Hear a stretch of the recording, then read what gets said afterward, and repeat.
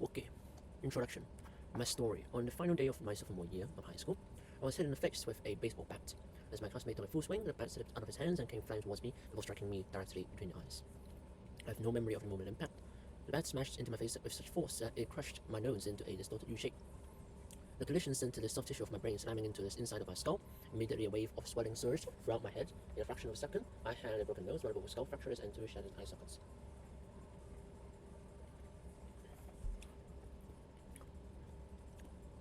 When I opened my eyes, I saw people staring at me and running over to help. I looked down and noticed spots of red on my clothes. One of the classmates took the shirt off his back and handed it to me. I used it to plug the stream of blood rushing from my broken nose. Shocked and confused, I was unaware of how seriously I had been injured. My teacher looped his arm around my shoulder and we began the long walk to the nurse's office, across the field, down the hill, and back into school. Random hands touched my sides, holding me upright. We took our time and walked slowly. Nobody realized that every minute mattered. When we arrived at the nurse's office, she asked me a series of questions. What year is it? 1998. I answered. It was actually 2002. Who is the President of the United States? Bill Clinton, I said. The correct answer was George W. Bush. What is your mother's name? I stalled. 10 seconds passed. Patty, I casually said, ignoring the fact that it had taken me 10 seconds to remember my own mother's name. This was the last question I remembered. My body was unable to handle the rapid swelling in my brain, and I lost consciousness before the ambulance arrived. Minutes later, I was carried out of school and taken to the local hospital. Shortly after arriving, my body began shutting down.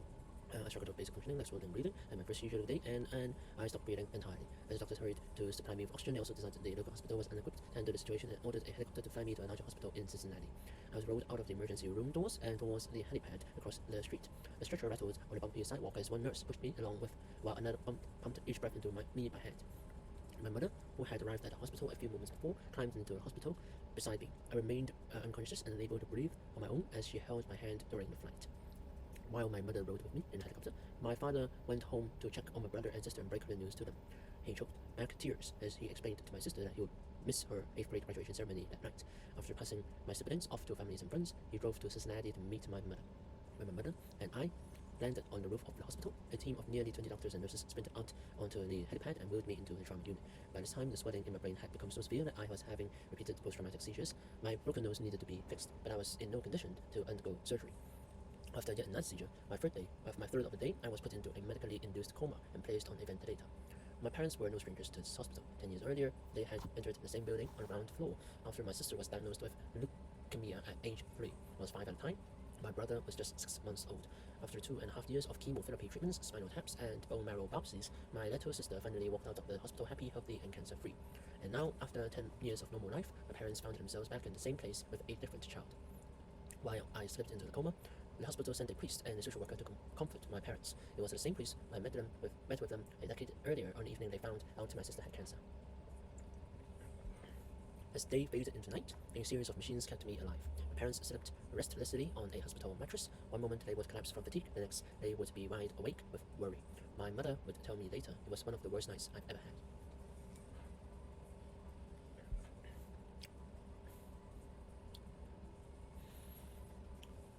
My recovery. Mercifully, by next morning, my breathing had rebounded to the point where the doctors felt comfortable releasing me from the coma. When I finally regained consciousness, I discovered that I had lost the ability to smell. As a test, a nurse asked me to blow my nose and sniff an apple juice box. My sense of smell returned, but to everyone's surprise, the act of blowing my nose forced air through the fractures in my eye socket and pushed my left eye out. My eyeball bulged out of the socket, held precariously in place by my eyelid and the optic nerve attaching my eye to my brain. The ophthalmologist said my eye would gradually slide back into place as the air seeped out, but it was hard to tell how long this would take. I was scheduled for surgery 1 week later, which would allow me some additional time to heal. I looked like I had been on the wrong end of a boxing match, but I was cleared to leave the hospital. I returned home with a broken nose, half a dozen facial fractures, and a bulging left eye. The following months were hard. It felt like everything in my life was on pause. I had double vision for weeks. I literally couldn't see straight. It took more than a month, but my eyeball did eventually return to its normal location. Between these seizures and my vision problems, it was 8 months before I could drive a car again. At physical therapy, I practiced basic motor patterns, like walking in a straight line. I was determined not to let my injury get me down, but there were more than a few moments that I felt depressed and overwhelmed. I became painfully aware of how far I had to go when I returned to the baseball field 1 year later. Baseball had always been a major part of my life. My dad had played minor league baseball for the St. Louis Cardinals, and I had a dream of playing professionally too. After months of rehabilitation, what I wanted more than anything else was to get back on the field. But my return to baseball was not smooth. When the season rolled around, I was the only junior to be cut from the varsity baseball team. I was sent down to play with the sophomores on junior varsity. I had been playing since age 4, and for someone who had spent so much time and effort on the sport, getting cut was humiliating. I vividly remember the day it happened. I sat in the car and cried as I flipped through the radio, desperately searching for a song that would make me feel better. After a year of self-doubt, I managed to make the varsity team as a senior, but I rarely made it on the field. In total, I played 11 innings of high school varsity baseball, barely more than a single game. Despite my lackluster high school career, I still believed I could become a great player, and I knew if things were going to improve, I was the only one responsible for making it happen. The turning point came 2 years after my injury, when I began college at Denison University. It was a new beginning, and it was a place where I discovered the surprising power of small habits for the first time.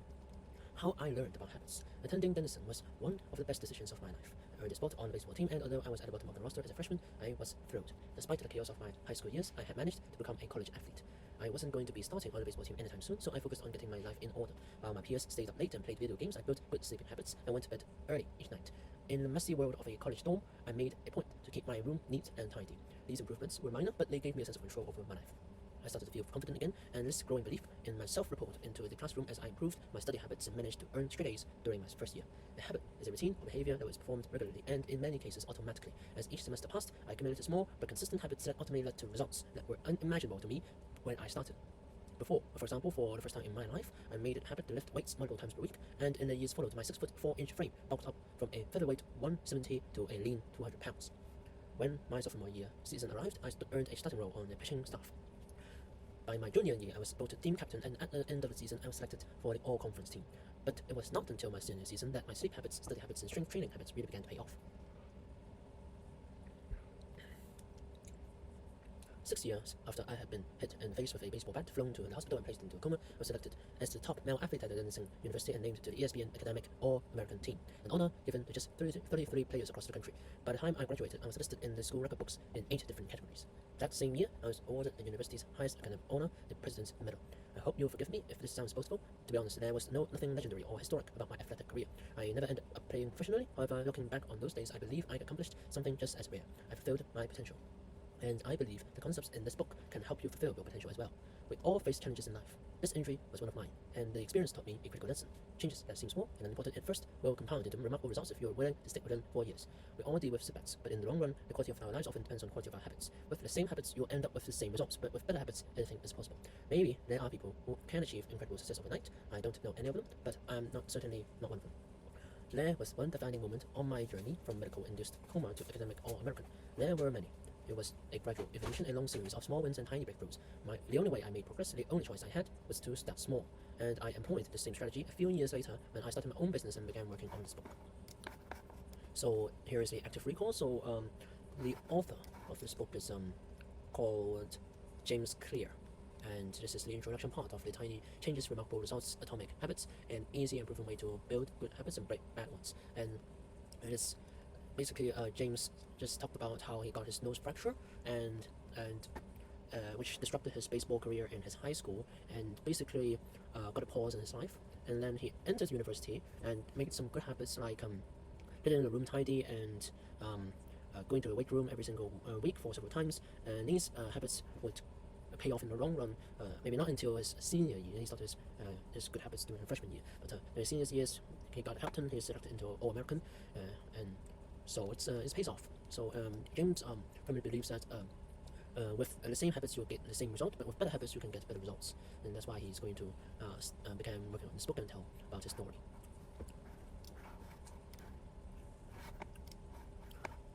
How and why I wrote this book. In November 2012, I began publishing articles at jamesclear.com. For years, I have been keeping notes about my personal experiments with habits, and I was finally ready to share some of them publicly. I began by publishing a new article every Monday and Thursday. Within a few months, this simple writing habit led to my first 1,000 email subscribers, and by the end of 2013, that number had grown to more than 30,000 people. In 2014, my email list expanded to over 100,000 subscribers, which made it one of the fastest growing newsletters on the internet. I had felt like an imposter when I began writing 2 years earlier, but now I was becoming known as an expert on habits, a new label that excited me but also felt uncomfortable. I had never considered myself a master of the topic, but rather someone who was experimenting alongside my readers.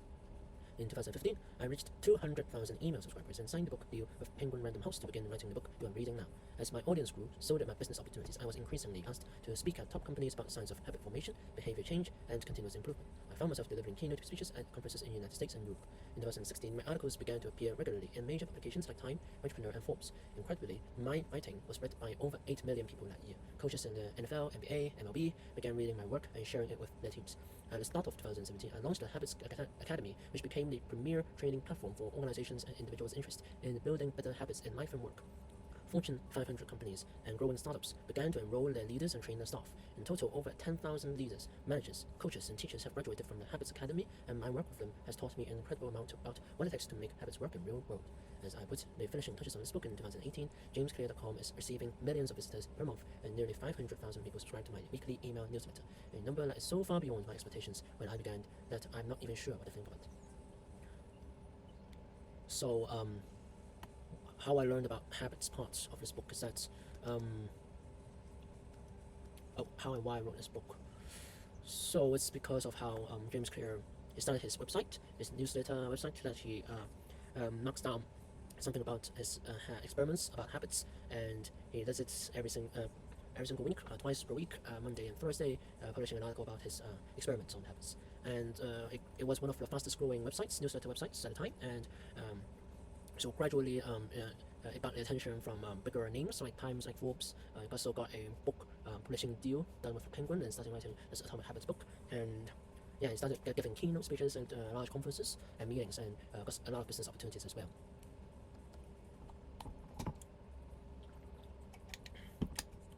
How this book will benefit you. The entrepreneur and investor Naval Ravikant has said, to write a great book, you must first become the book. I originally learned about the ideas mentioned here because I had to live them. I had to rely on small habits to rebound from my injury, to get stronger in the gym, to perform at a high level on the field, to become a writer, to build a successful business, and simply to develop into a responsible adult. Small habits helped me fulfill my potential, and since you picked up this book, I guess you'd like to fulfill yours as well. In the pages that follow, I will share a step-by-step plan for building better habits, not for days, not for weeks, but for a lifetime. While science supports everything I've written, this book is not an academic research paper, it's an operating manual. You'll find the wisdom and practical advice front and center as I explain the science of how to create and change your habits in a way that is easy to understand and apply. The fields I draw, biology, neuroscience, philosophy, psychology, and more, have been around for many years. What I offer you is a synthesis of the best ideas smart people figured out a long time ago, as well as the most compelling discoveries scientists have made recently. My contribution, I hope, is to find the ideas and mammals and connect them in a way that is highly actionable. Anything wise in these pages, you should credit to many experts that preceded me. Anything foolish, assume it is my error. The backbone of this book is my 4-step model of habits: cue, craving, response, and reward, and the 4 laws of behavior change that evolve out of these steps. Readers with a psychology background may recognize some of these terms from operant conditioning, which was first proposed as stimulus response reward by B.F. Skinner in 1930s and have been popularized more recently as cue, routine, reward, and the power of habit by Charles Duhigg. Behavioral scientists like Skinner realized that if you offered the right reward or punishment, you'll get people to act in a certain way. But while Skinner's model did an excellent job of explaining how external stimuli influenced our habits, it lacked a good explanation for how our thoughts, feelings, and beliefs impact our behavior. Internal states, our mood and emotions matter too. In recent decades, scientists have begun to determine the connection between our thoughts, feelings, and behavior. This research will also be covered in these pages. In total, the framework I offer is an integrated model of the cognitive and behavioral sciences. I believe it is one of the first models of human behavior to accurately account for both the influence of external stimuli and internal emotions on our habits. While some of the language may be familiar, I am confident that the details and the applications of the 4 laws of behavioral change will offer a new way to think about your habits. Human behavior is always changing, situation to situation, moment to moment, second to second. But this book is about what doesn't change. It's about the fundamentals of human behavior, the lasting principles you can rely on year after year. The ideas you can build a business around, build a family around, and build a life around. There's no right way to create better habits, but this book describes the best way I know. An approach that will be effective regardless of where you start or what you are trying to change. The strategies I cover will be relevant to anyone who is looking for a step-by-step system for improvement, whether your goals center on health, on money, productivity, relationships, or all of the above. As long as human behavior is involved, this book will be your guide. So another recap, and so James Clear is now saying that his concepts are not new. It's more like a synthesis. This book is a synthesis of the work of his predecessors some thousands of years ago, and also some recent breakthroughs in science. It's about cognitive, it's about behavioral sciences. It talks about how the cognition, emotion, and behavior are interactive, and also draws upon a 4-step model that he proposed that can cause changes, which is the cue. I assume the cue. Let me see. Where is it? Cue, craving, response, and reward. And then also got the 4 laws of behavioral change that will evolve out of these steps. And so it's it's something that doesn't change over time, and also doesn't matter where you're starting, where your goals are, and it applies to all essentially.